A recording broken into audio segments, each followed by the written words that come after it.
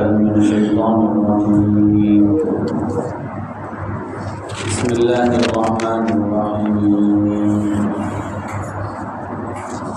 أفحكم الجاهلية يبغون ومن أحسن من الله حكما لقوم يوقنون.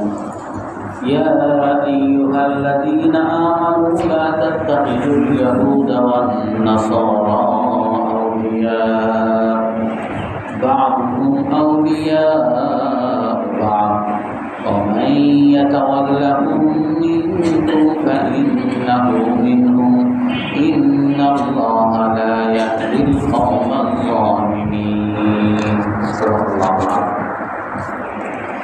আল্লাহ তাআলা বলেন, তারা কি অন্ধকার যুগের বিচার তালাশ করে? আল্লাহর যে উত্তম বিচারক কে আছে তাদের জন্য যারা আল্লাহকে বিশ্বাস করে।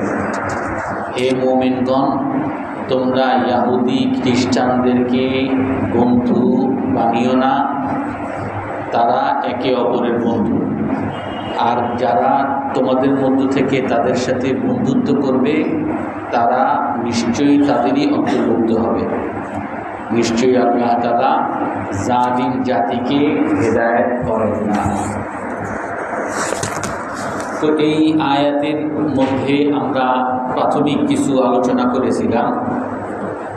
আল্লাহ তাআলা অন্ধকার যুগের তারা কি তালাশ করে, জাহিলিয়াত যুগ বা আমরা বলছিলাম মূর্খতার যুগ। মূর্খতা কাকে বলে? একটা বিষয় আপনি বিশ্বাস করেন আর অথচ সেটা বেঠিক, একটা বেঠিক জিনিস আপনি বিশ্বাস করেন, সেটা হলো মূর্খতা। আর যদি সেটা সঠিক হয়, আপনি বিশ্বাস করেন, বিশ্বাসটা দুই রকম। আপনি পুরোপুরি বিশ্বাস করেন অথবা সন্দেহ করেন।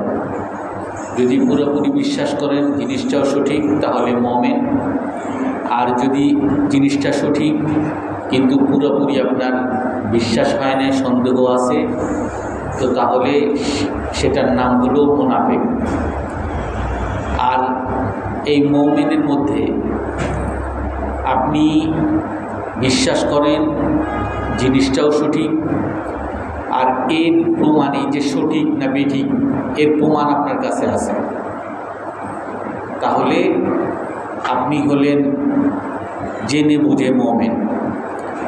আর আপনি বিশ্বাস করেন সঠিক, জিনিসটাও সঠিক, কিন্তু এর প্রমাণ আপনার কাছে নেই, তাহলে হলো মুকাল্লিদ, অনুসরণকারী। যেমন আমরা ইমাম আবু হানিফা রাহমাতুল্লাহ আলাইহির অনুসারী, মুকাল্লিদ। ইমাম শাফিঈ যারা মাযহাব মানে তারা ইমাম শাফিঈর অনুসারী। আমরা ইমাম আবু হানিফার অনুসারী মানি হলো ইমাম আবু হানিফা রাহমাতুল্লাহ আলাইহি বলেন যে নামাজের মধ্যে যখন সূরা ফাতিহা পড়া হয় জামাতের মধ্যে, তারপরে আমিন আসতে বলে। এটা হলো ইমাম আবু হানিফার মাযহাব।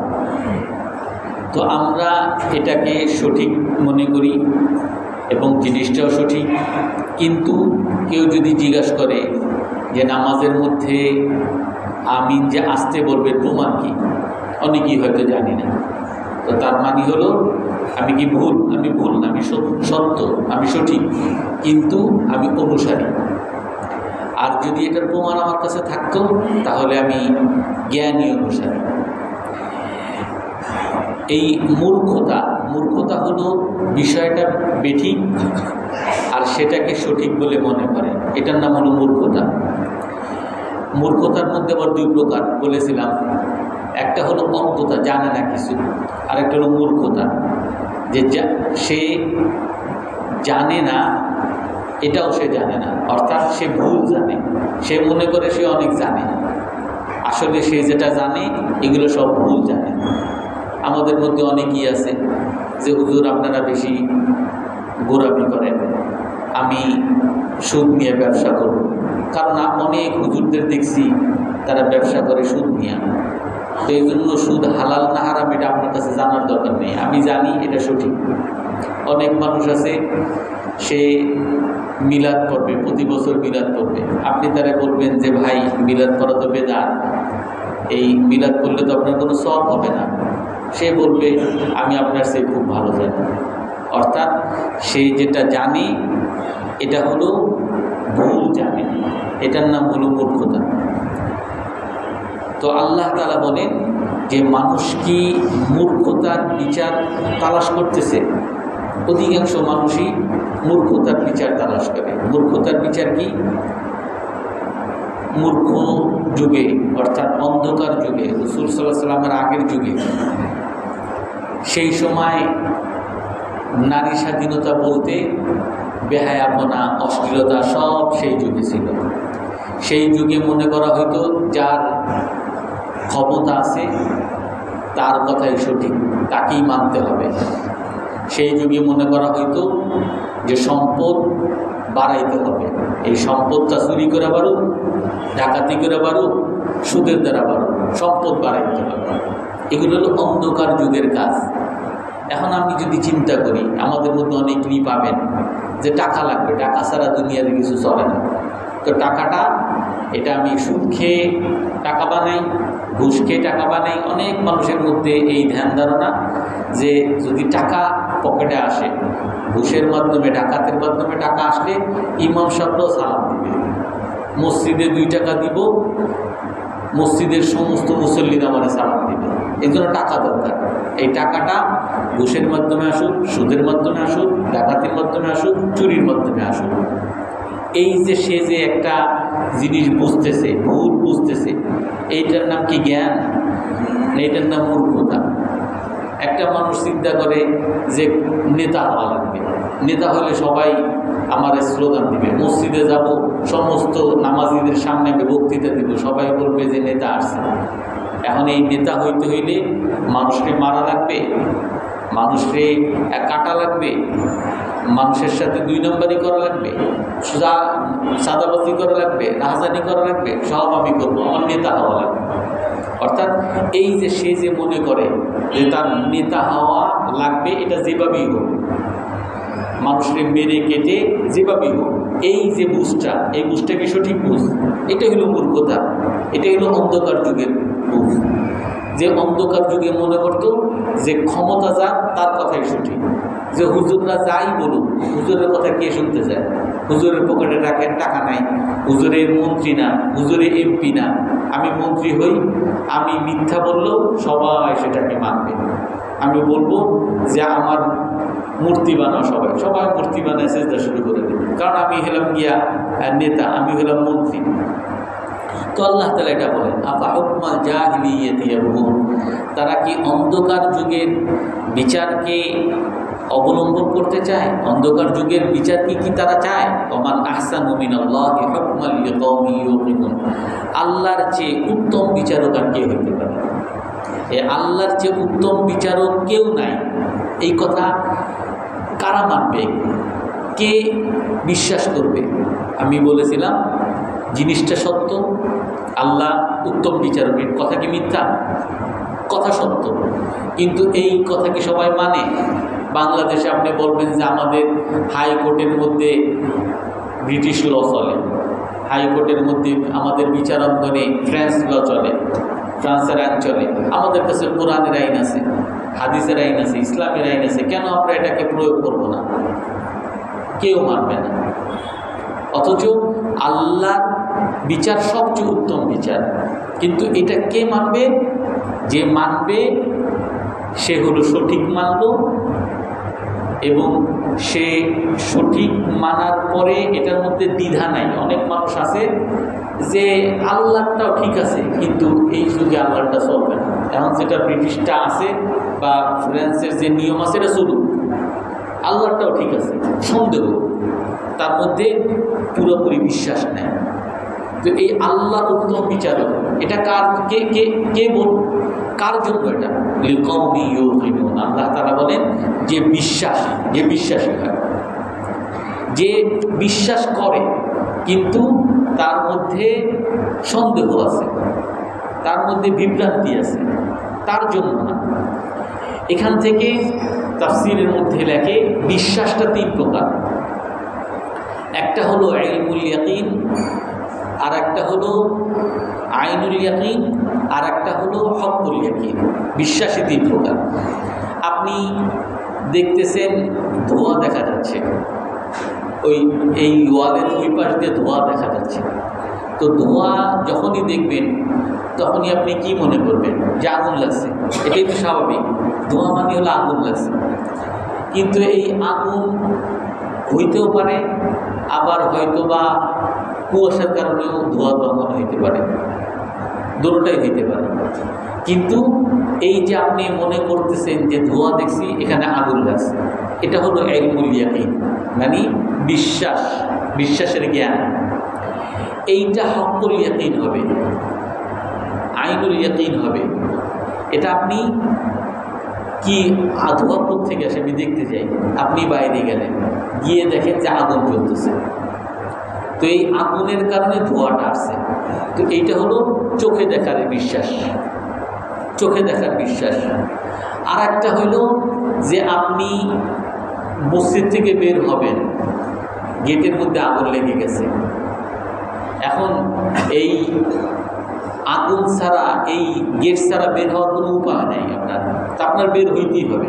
তো আপনি এই আগুনের মধ্যে দিয়ে বের হয়েছেন, তো আগুনের মধ্যে দিয়ে বের হওয়ার কারণে একটা হলো আপনি ধোঁয়া দেখে প্রথম এখানে আগুন আছে বিশ্বাস করছেন, তারপরে সচক্ষে আগুন দেখছেন, পরে আগুনের উপর দিয়ে যাওয়ার কারণে এই আগুনকে আপনি ব্যবহারও করছেন, আগুনকে আপনি প্রয়োগও করছেন।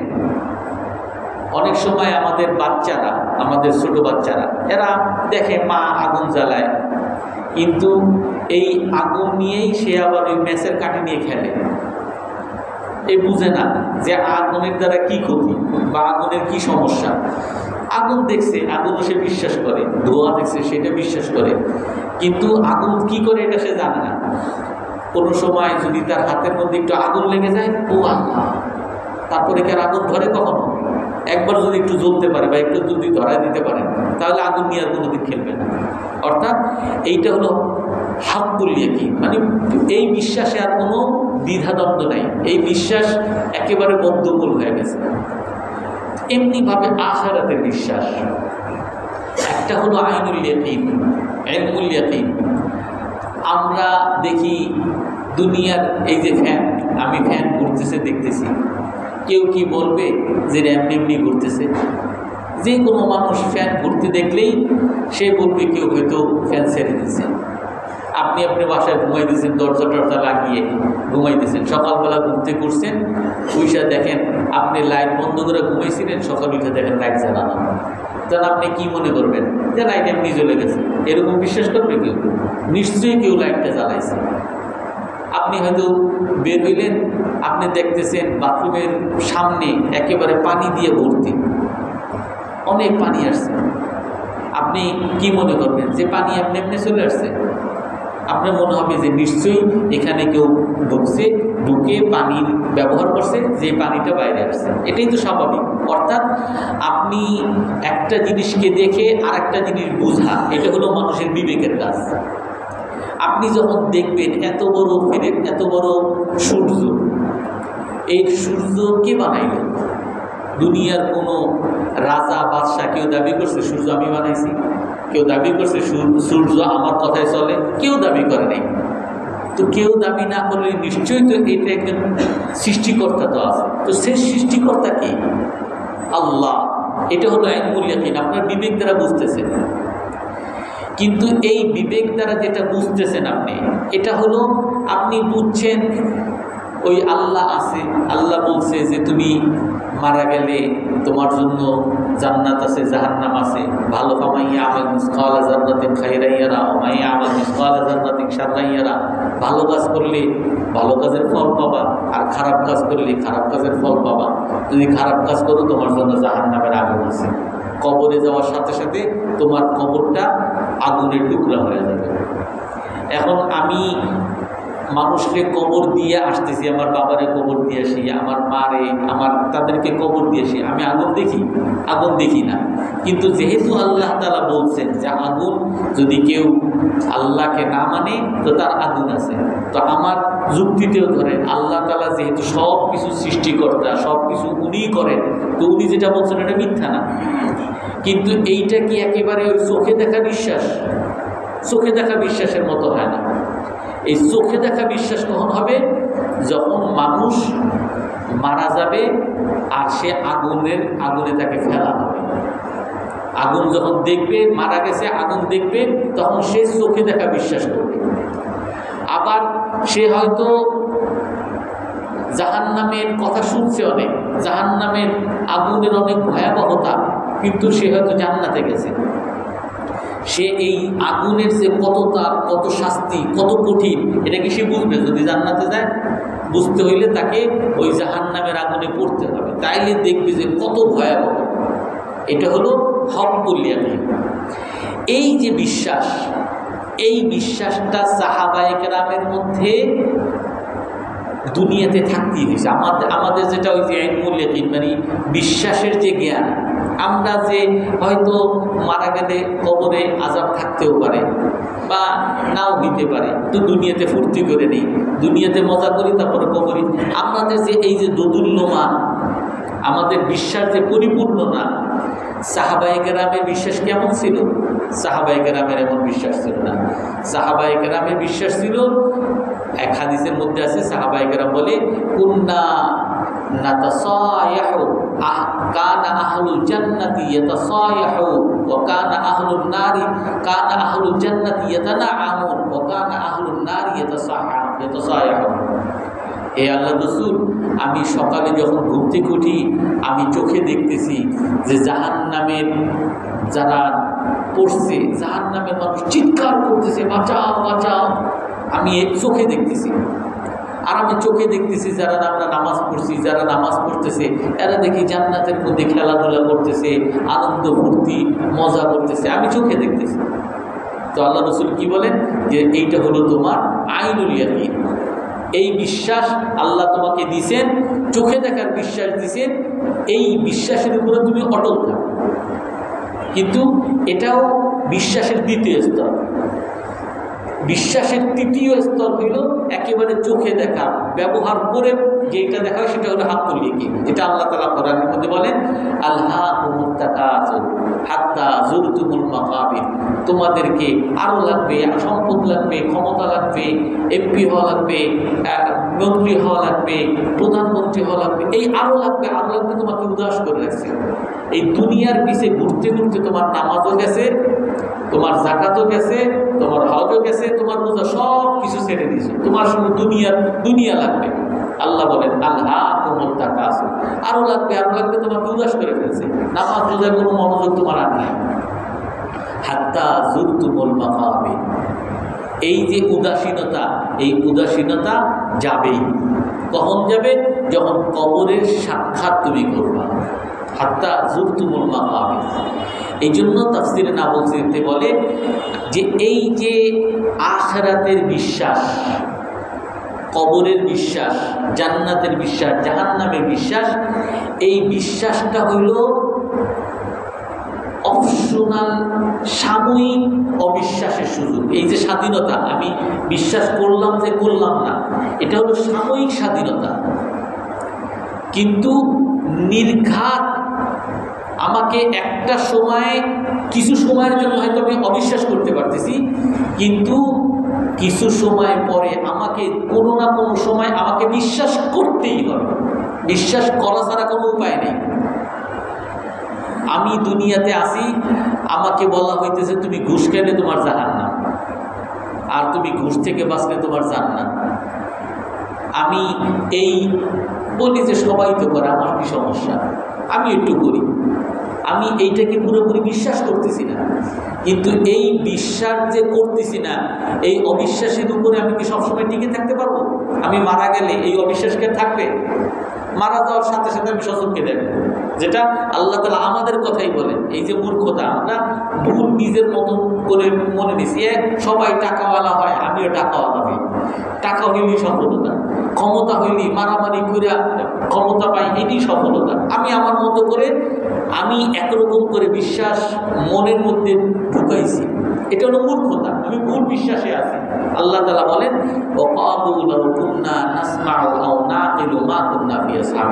মানুষ যখন মারা যাবে তখন বলবে, আমরা যদি শুনতাম আলেমরা কি বলে, রসুল কি বলে, কোরআন কি বলে, হাদিস কি বলে, এগুলো যদি শুনতাম, না কেউ যদি বুঝতাম তারা কি বলে, এটা যদি বিশ্বাস করতাম, মা কুন্না ফি আসহাবিস সাঈর, আমরা জাহান্নামী আজকে হইতাম না। অর্থাৎ আমরা আজকে জাহান্নামী হইছি। আর এই জাহান্নামী হওয়ার মূল কারণ হলো যে আমরা বিশ্বাস করি নাই, কিন্তু এটাকে বিশ্বাস করতেই হবে। আমি কিছু সময়ের জন্য হয়তো বিশ্বাস করতেছি না, কিন্তু আমাকে বিশ্বাস করতেই হবে একটা সময়। এই স্বাধীনতা আমার নাই যে আমি বিশ্বাস করব না, কারণ এটা বাস্তবতা। এই মূর্খতার মধ্যে মানুষকে সবসময় থাকতে পারে। মূর্খতা হলো একটা ধোঁয়াশা, মানুষ প্রতারণা, একটা ছলনার মধ্যে থাকে। একজনের প্রেম করে, এর পিছিয়ে ঘুরতেছে, টাকা পয়সা সব খাইতেছে, আর মেয়ের মনে তো ইচ্ছা, দাঁড়াও তোমার একটু আমার পিছনে কয়েকদিন ঘুরাই, তোমার এই ঘুরায় তারপরে তোমারটা সব খায়া তোমার আস্তে আস্তে এক দিয়া পাল্লা তিমারে বিদায় করে দেবে। এই ছেলে তো বুঝে নেই, ছেলে বাপের পয়সা, নিজের চাকরি সব কিছু শেষ করছে মেয়ের পিছনে। মেয়ের যখন সর্বশেষে আমি তো সব তো তোমার জন্য দিয়েই ফেলছি, তুমি আমার এই করো, তোমার আমার আর ভালো লাগে না, আমি আর একটা আমার বিয়ে ফাইনাল হয়ে গেছে, আমি বিয়ে করে ফেলেছি। এখন এই যে ছলনা, এই জন্য এক হাদিসের মধ্যেই আছে যে দুনিয়াটা হইল সুন্দরী নারীর মতো। সুন্দরী নারী দৌড়ায়, দুনিয়ার মানুষও দুনিয়ার পিছে দৌড়ায়।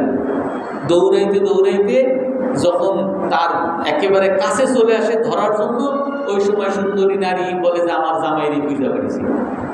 দুনিয়ার যখন একেবারে সে মনে করে যে আমি একেবারে ধরে ফেলছি দুনিয়ারে, ওই সময় বলে যে আমারে আর তোমার ধরার সময় নেই, তুমি তো মরে গেছো, তুমি তো আর কবরবাসী। তোমার যা যা যা করে, এই যে 5 তলা বানাইছো, 10 তলা বানাইছো, ব্যাংকে বড় ডিপোজিট করছো, এগুলো সব এখন তোমার ছেলেরে দিয়ে দাও, তোমার অমুকরে দিয়ে দাও, এই সব তোমার হাত ছাড়া হয়ে যাবে। এই জন্য ওমান আহসানু মিনাল্লাহি হুকমান লিকাওমিন ইউকিনুন, আল্লাহ তাআলার চেয়ে বড় উত্তম বিচারক আর কি? এটা কারা মানবে? যারা হলো বিশ্বাস করছে। এই বিশ্বাস কারা?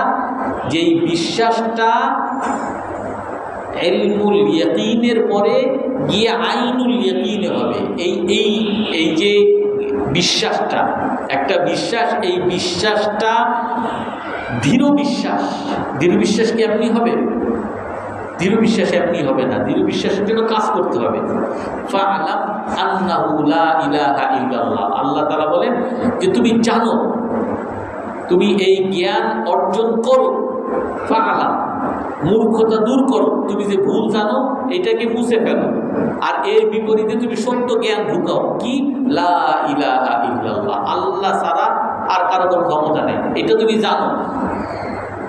এইটা কি এমনি আমি জানছি লা ইলাহা ইল্লাল্লাহ হয়ে যাবে? না, এইটা জানতে হইলে সময় লাগবে। আপনাকে বারবার আল্লাহর বরত্বের কথা বলতে হবে, শুনতে হবে।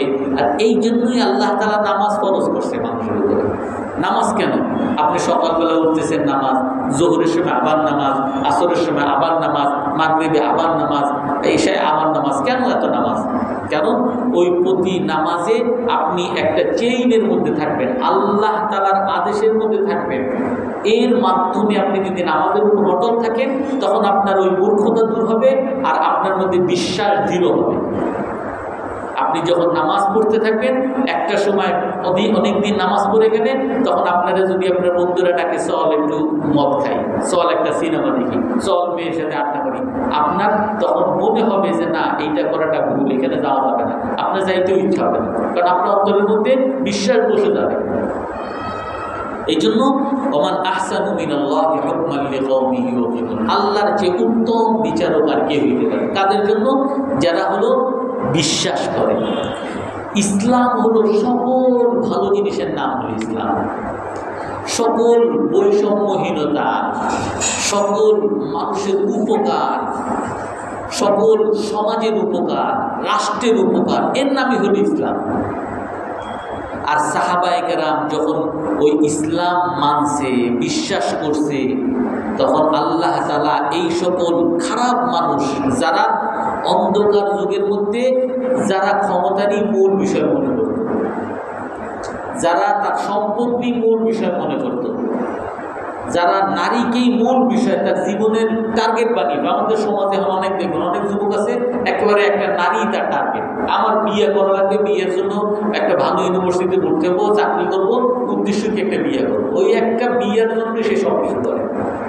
আবার কিছু মানুষ আছে যে আমাকে একটা নেতা হইতে হবে, আর নেতা হওয়ার জন্য সে সব ওই একের ছোটবেলা থেকে ও অমুক দল করে, তারপরে গিয়ে উপরে সংগঠনে যায়, তারপর অমুকের চামচামি করে, তারপরে একটা নেতা হবে, মারামারি করে, তার টার্গেট হলো যে নেতা হবে। এই যে মানুষ দুনিয়াকে টার্গেট বানিয়ে ফেলে, এইখান থেকে, এই মূর্খতা থেকে বাঁচছে সাহাবায়ে কেরাম। কখন?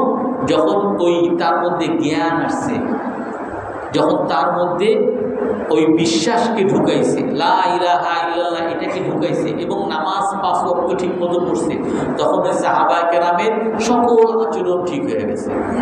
হযরত বেলাল, হযরত আবু বকর সিদ্দিক রাদিয়াল্লাহু আনহু, উনি দেখতেছেন যে সফওয়ান ইবনে উমাইয়া সে বেলাল রাদিয়াল্লাহু তাআলা আনহু মারতেছে, তারে মরুভূমির মধ্যে বালুর মধ্যে ফেলে পিটাইতেছে, আর বলে তুই এই ইসলাম ছাড়। আর সে বলে যে আমারে মেরে ফেলেন কিন্তু আমি ইসলাম ছাড়বো না, আহা আহা। তো আবু বকর রাদিয়াল্লাহু তাআলা তার কাছে গেছেন যে তুমি এই গোলামটাকে আমার কাছে বিক্রি করে দাও। কত টাকা? এত টাকা, এত দিরহাম, 100 দিরহাম দিয়েছে। উনি কেনার পরে, বেলাল রাদিয়াল্লাহু তাআলা কেনার পরে ওই সফওয়ান ইবনে উমাইয়া বলে যে আপনি আমার 100 টাকা দিলেন, আপনি যদি লাউ বি'তাকাহু বিদিরহামিন লাবি'তাকাহু, আপনি যদি আমাকে বলতেন এই গোলামকে আমি 1 দিরহাম দিয়ে কিনতে চাই, আমি 1 দিরহাম দিয়ে বিক্রি করে দিতাম।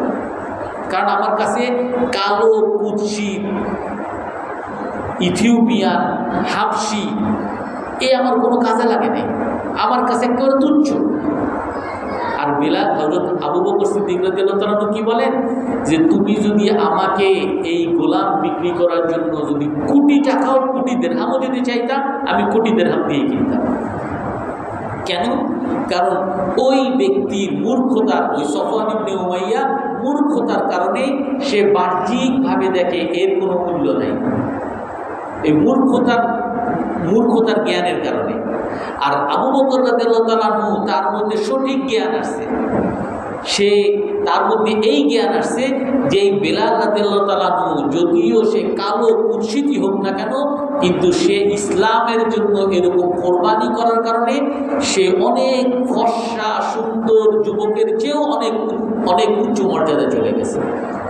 আর এই জন্য রাসূল সাল্লাল্লাহু আলাইহি ওয়াসাল্লাম বলতেন, হযরত আবু বকর সিদ্দিক রাদিয়াল্লাহু তাআলা আনহুকে কেউ দেখলে অথবা বেলাল রাদিয়াল্লাহু তাআলা আনহুকে দেখলে বলতেন সাইয়্যিদুনা, আবু বকর আমাদের নেতা। এবং কি বলতেন? বেলাল রাদিয়াল্লাহু তাআলা দেখলে বলতেন কি? সাইয়্যিদুনা আতাকা সাইয়্যিদানা, আমাদের এক নেতা আবু বকর রাদিয়াল্লাহু তাআলা আনহু, উনি মুক্ত করেছেন আমাদের আরেক নেতা বেলাল রাদিয়াল্লাহু তাআলা।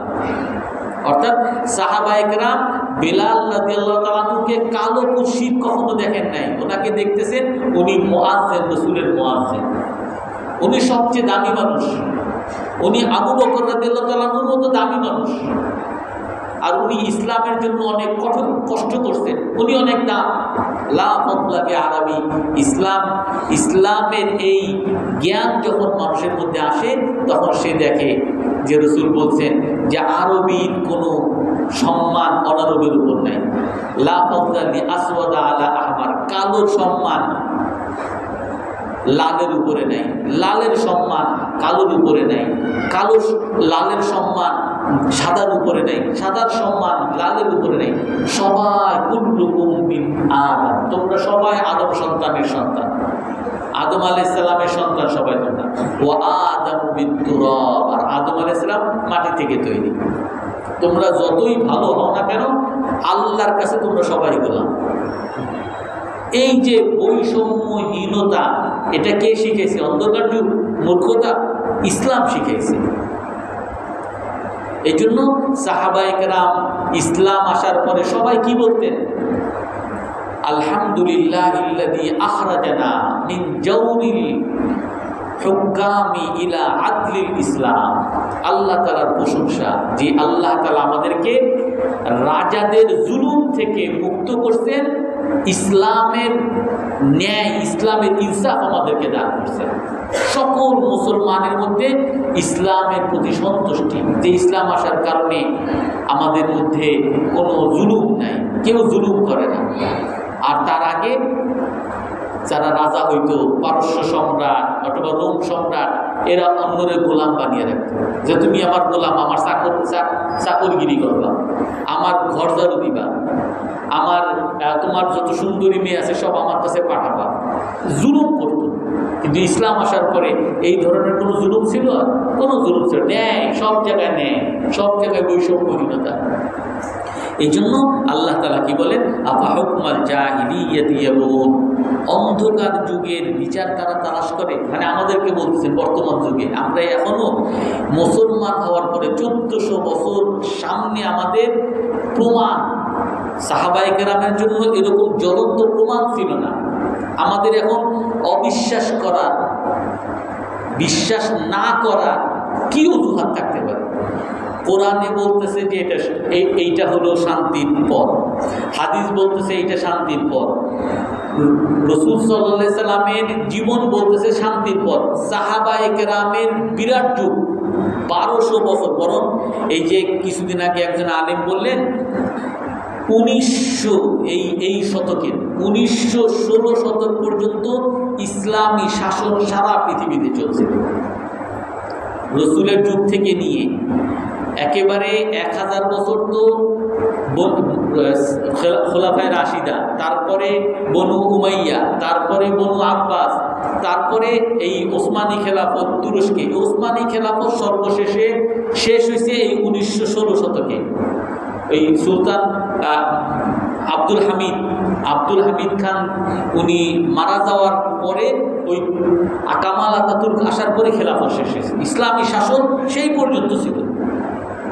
অর্থাৎ আমাদের এই 100 বছর আগেও তো আমাদের এই ইন্ডিয়া মহাদেশ, বাংলা, ইন্ডিয়া, পাকিস্তান, সব এগুলো সব মুসলমানদের শাসনের অধীনে ছিল না। 800 বছর, 800 ইব্রাহিম লোদি, তারপরে বাবরদের, এগুলো সব ইসলামী শাসন।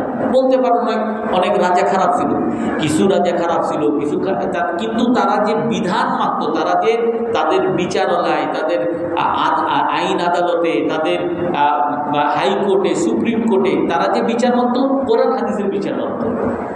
সেখানে বিচার এটাই ছিল, যদি কেউ চুরি করে তার চুরির বিধান হলো হাত কাটা। কোরআন এবং হাদিসের যে বিধান ছিল, যে আইন ছিল, সেই আইন সেখানে বলবৎ ছিল। অর্থাৎ 1916 পর্যন্ত, অর্থাৎ 1400 বছর পর্যন্ত ইসলাম আমাদের সামনে জ্বলন্ত প্রমাণ, মানুষকে শান্তি দিয়ে আসছে। শুধু মুসলমানদেরকে শান্তি দেয় নাই, সারা পৃথিবীর মানুষকে শান্তি দিয়ে আসছে। আমাদের দূরে যাইতে হবে কেন? আমাদের এই ইন্ডিয়ায় 800 বছর ইসলামী শাসন ছিল। যখন ইসলামী শাসন আছে, এই ইন্ডিয়া মহাদেশে হিন্দুদের পার্সেন্টেজ বেশি ছিল। যখন ইসলামী শাসন যায়, ইসলামী শাসন যখন এখান থেকে চলে যায়, সেই সময় হিন্দুদের পার্সেন্টেজ কি কমছে না বাড়ছে? আগে যেমন বেশি ছিল, তারপরেও বেশি আছে। অর্থাৎ কেউ জোর করে কোনো হিন্দুরে মুসলমান বানায় নাই। মুসলমান শাসন করছে 800 বছর, কিন্তু হিন্দুদেরকে এখন যেমন হিন্দুরা জোর করে কোরবানি দিতে দিবে না, গরু জবাই দিতে দিবে না, নামাজ পড়তে দিতে দিবে না, মাদ্রাসা ভেঙে ফেলবে। আসামের মতো অনেক মাদ্রাসা ভেঙে ফেলছে। ওইখানকার যে তারা একটা সময় এই ইসলামিক শিক্ষা, এটাতে তারা স্বীকৃতি দিত। ইসলামী শিক্ষাটারই স্কুলের মতো, ইসলামিক মাদ্রাসাতে মুসলমানরা ইসলামিক মাদ্রাসায় পড়ে, ওই মাদ্রাসাকে স্কুলের মতো তারা স্বীকৃতি দিত।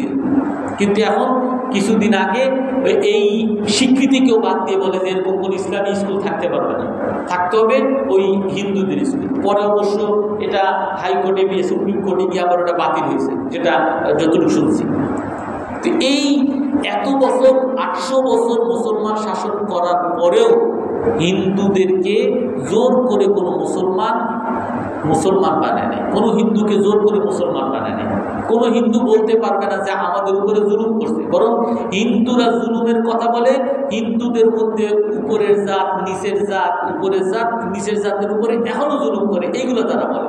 মুসলমান জুলুম করছে তারাও এখনো বলে না, বরং এখনো এই মুসলমানদের উপর নির্যাতন দেখে ওই কলিকাতার অনেক বড় বড় বুদ্ধিজীবী আছে, এরা বলে যে মুসলমানরা আমাদের উপরে বরং ইনসাফ করছে, আমাদের হিন্দুরা আমাদের উপরে জুলুম করছে। তো ইসলাম যে একটা শান্তি, ইসলাম যে একটা শান্তির উপায়, ইসলাম যে মানুষের জন্য সফলতার উপায়, এটা তো প্রমাণিত, চোখে দেখা। তারপর আমাদের বিশ্বাস হয় না। তারা কি মূর্খতার বিচার তারা কি তালাশ করে? ওমান আহসানু মিনাল্লাহি হুকমা, আল্লাহর চেয়ে উত্তম বিচারক কে হইতে পারে? কিন্তু এটা কারা মানবে? যারা আল্লাহকে বিশ্বাস করে। তো আমরা সবাই আল্লাহকে বিশ্বাস করবো তো ইনশাআল্লাহ। আল্লাহ তাআলা আমাদেরকে তৌফিক দান করুন। কারো কোনো প্রশ্ন আছে? সুবহানাকাল্লাহুম্মা ওয়া বিহামদিকা আশহাদু আল্লা ইলাহা ইল্লা আনতা আস্তাগফিরুকা ওয়া আতুবু ইলাইক।